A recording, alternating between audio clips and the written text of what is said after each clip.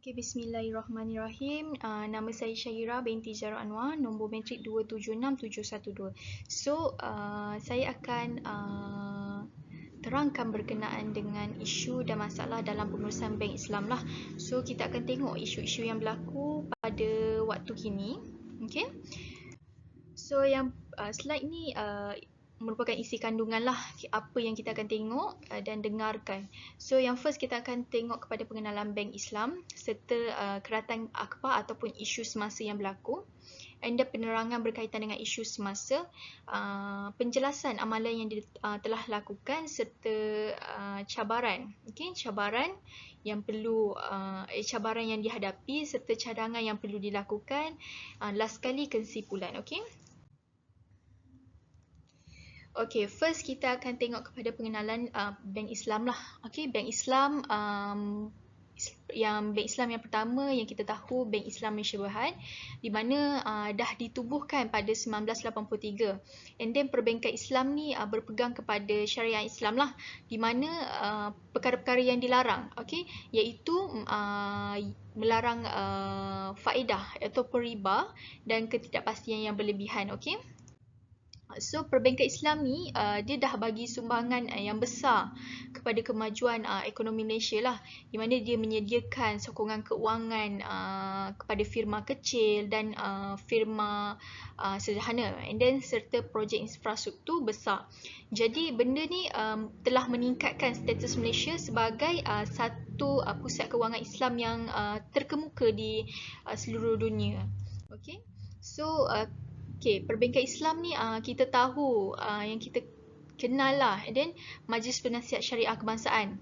Okay, di mana dia diwujudkan di bawah Bank Negara dan dia ada tanggungjawab yang penting untuk memantau pematuhan institusi perbankan dan produk perbankan kepada keperluan undang-undang dan sekaligus dia memastikan pematuhan syariah lah. Okay. Perkara ni bukan je untuk dia mencerminkan komitmen negara, tapi dia kepada kemajuan ekonomi dan tanggungjawab sosial juga. Okay. Okay, so kalau kita tengok kat sini ada satu keratan, okay, di mana isu semasa yang berlaku lah baru-baru ni.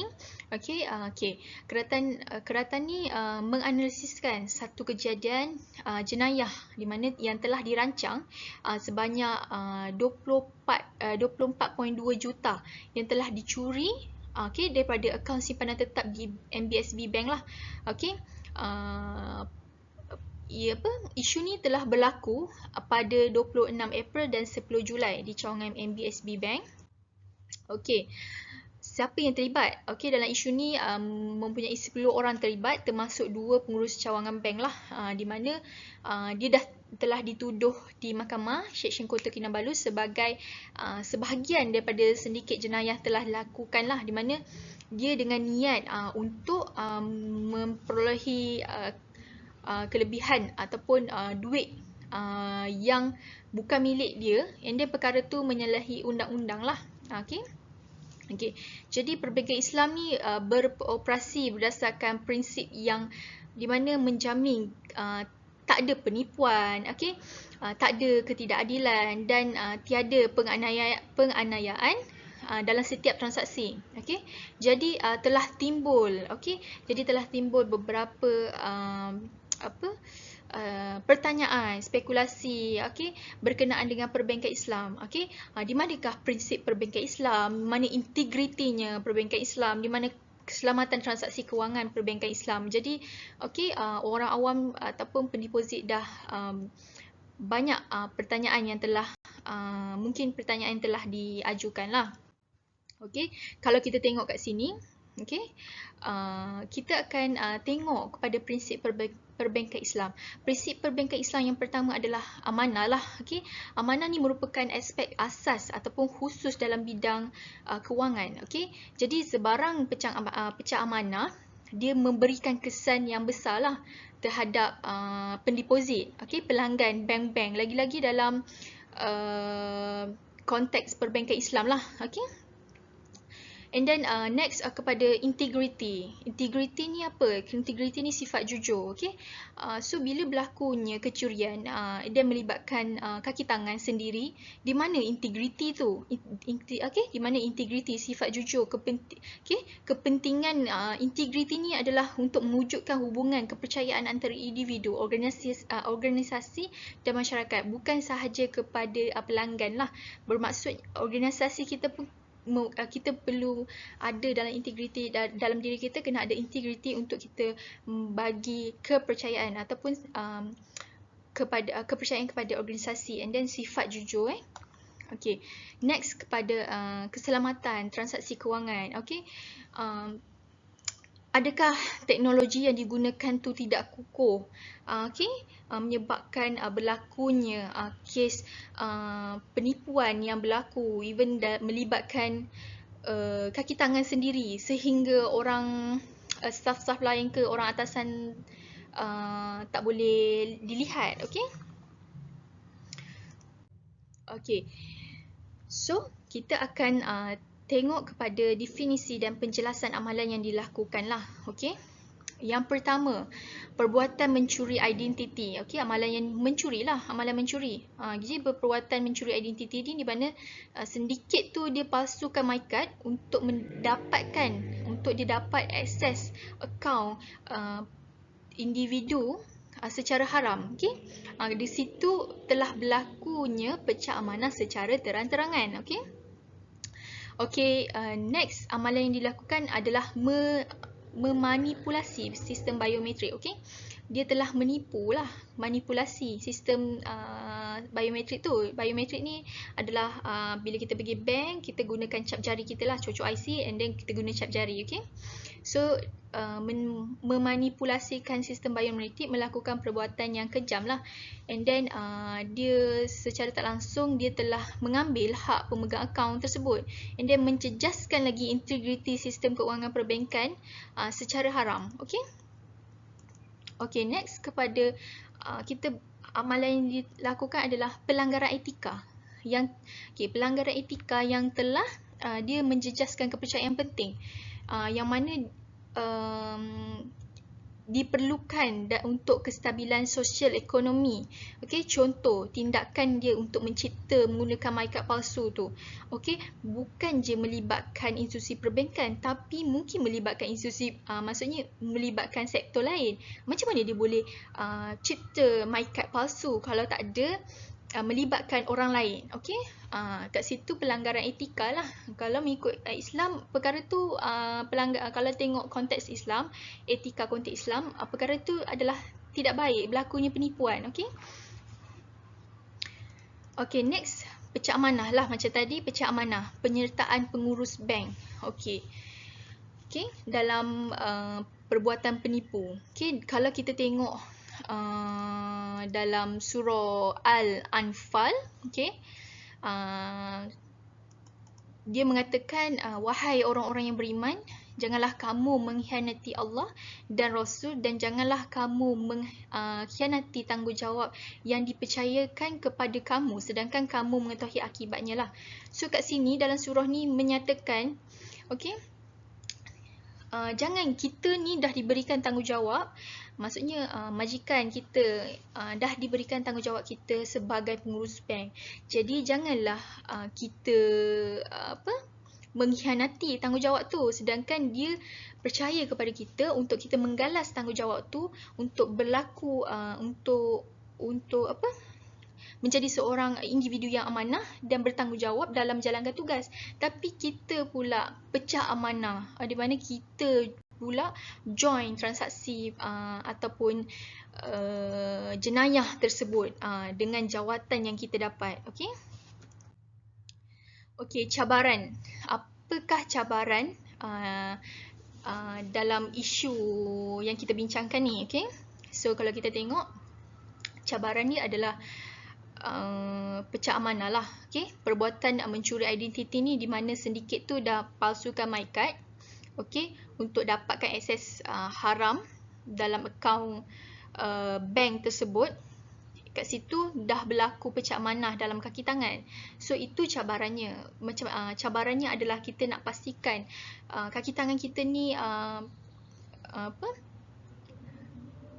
memegang amanah yang diberikan, okey, ataupun tanggungjawab yang telah diberikan lah. Bukan setakat kita cakap individu, tapi dalam Islam pun kena ada sifat amanah dalam diri kita lah, okey, apabila orang dah memberikan tanggungjawab tersebut, okey.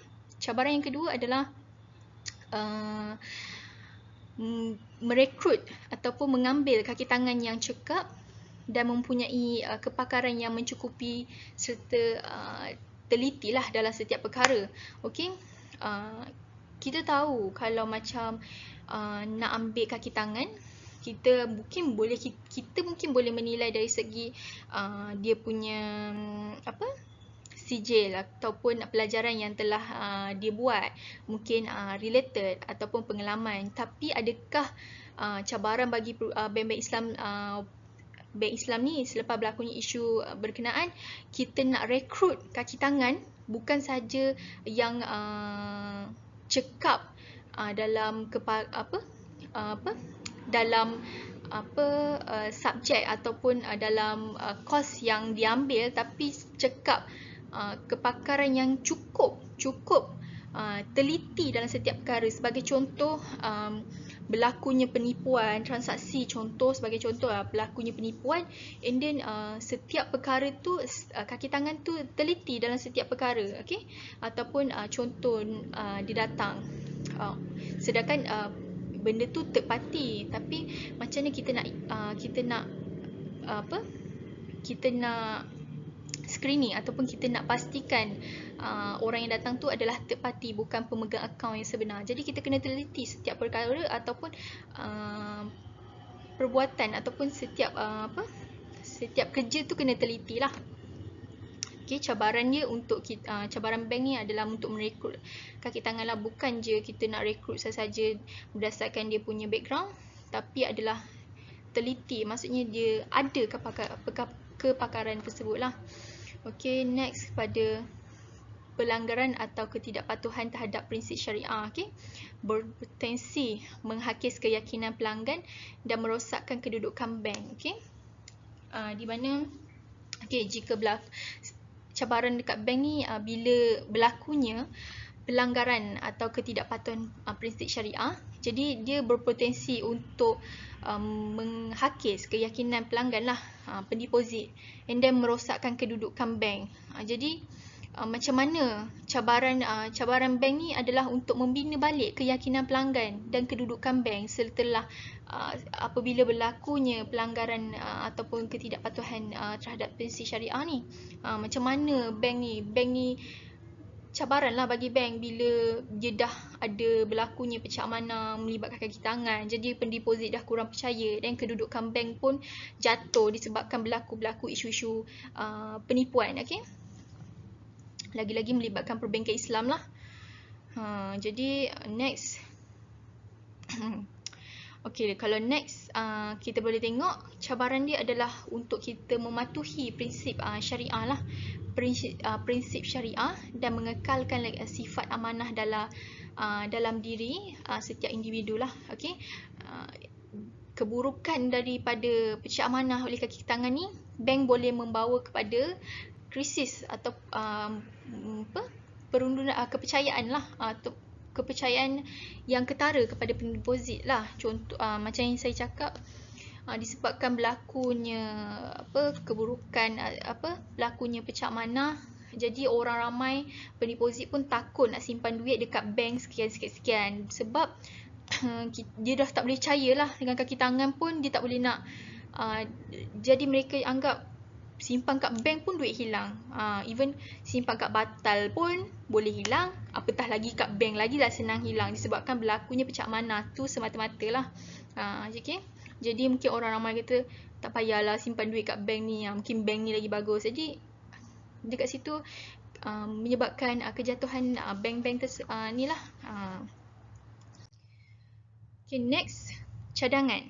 Okay, cadangan yang penyelesaian lah, apa yang perlu dilakukan mengikut prinsip Islam, berpandukan kepada prinsip Islam. Okay, Kalau yang pertama, mungkin cadangan ni boleh, yang pertama adalah mewujudkan dan melaksanakan dasar dan amalan yang sewajarnya, yang komprehensif untuk menegakkan keadilan lah. Contohnya dalam bidang pengurusan kewangan, bank ni mesti menjamin bahawa pengguna ni tak ada tertaluk kepada prejudis ataupun keadaan yang tak adil. Okay?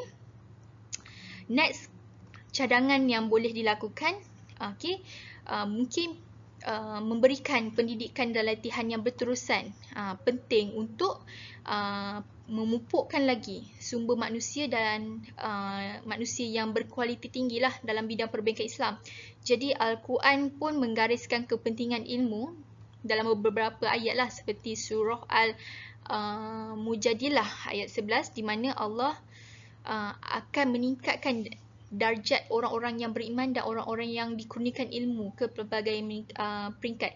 Maksudnya dalam Islam pun menggalakkan kita untuk menimba ilmu supaya ada ilmu dalam diri, bukan semata-mata pengetahuan, tapi boleh kita terapkan lagi dalam diri kita lah, okay?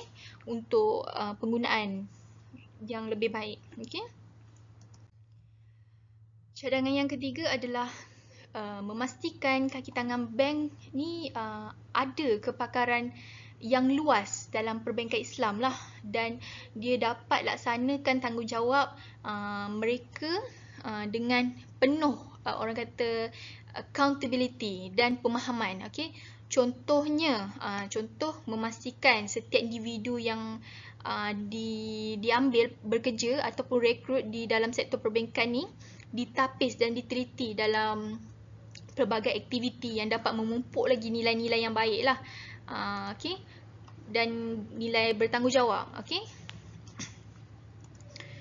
Okay, yang keempat, okay, cadangan yang boleh dilakukan adalah menjalankan audit dan kawalan dalaman lah, menjalankan audit ataupun audit kawalan dalaman yang ketat lah.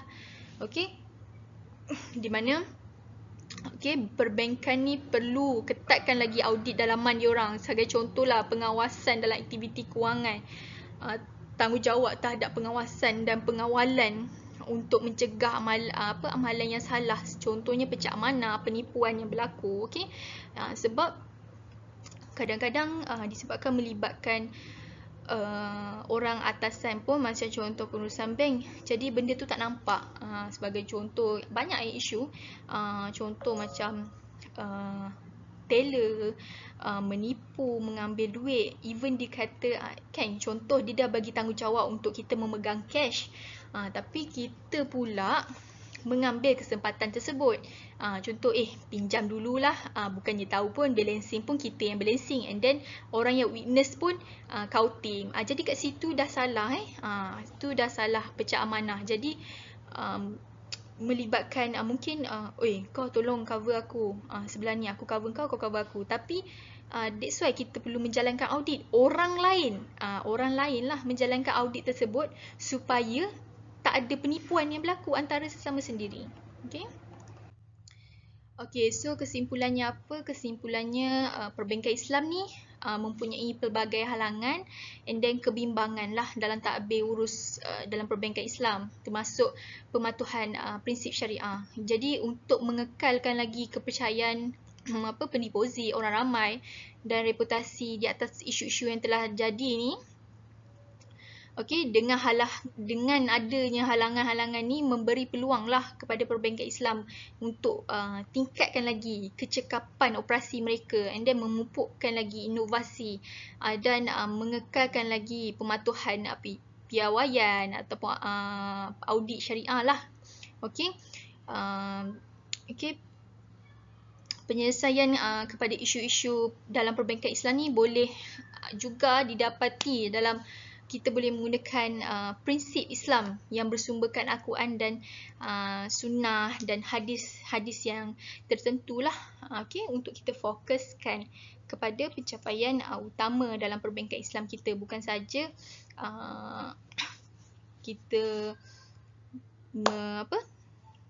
bukan saja untuk fokus kepada perkembangan ekonomi, tapi dalam menjaga lagi tanggungjawab sosial, okey, orang ramai untuk menjaga duit-duit tersebutlah. Okey. Okey, itu sahaja daripada saya. Sekian, terima kasih.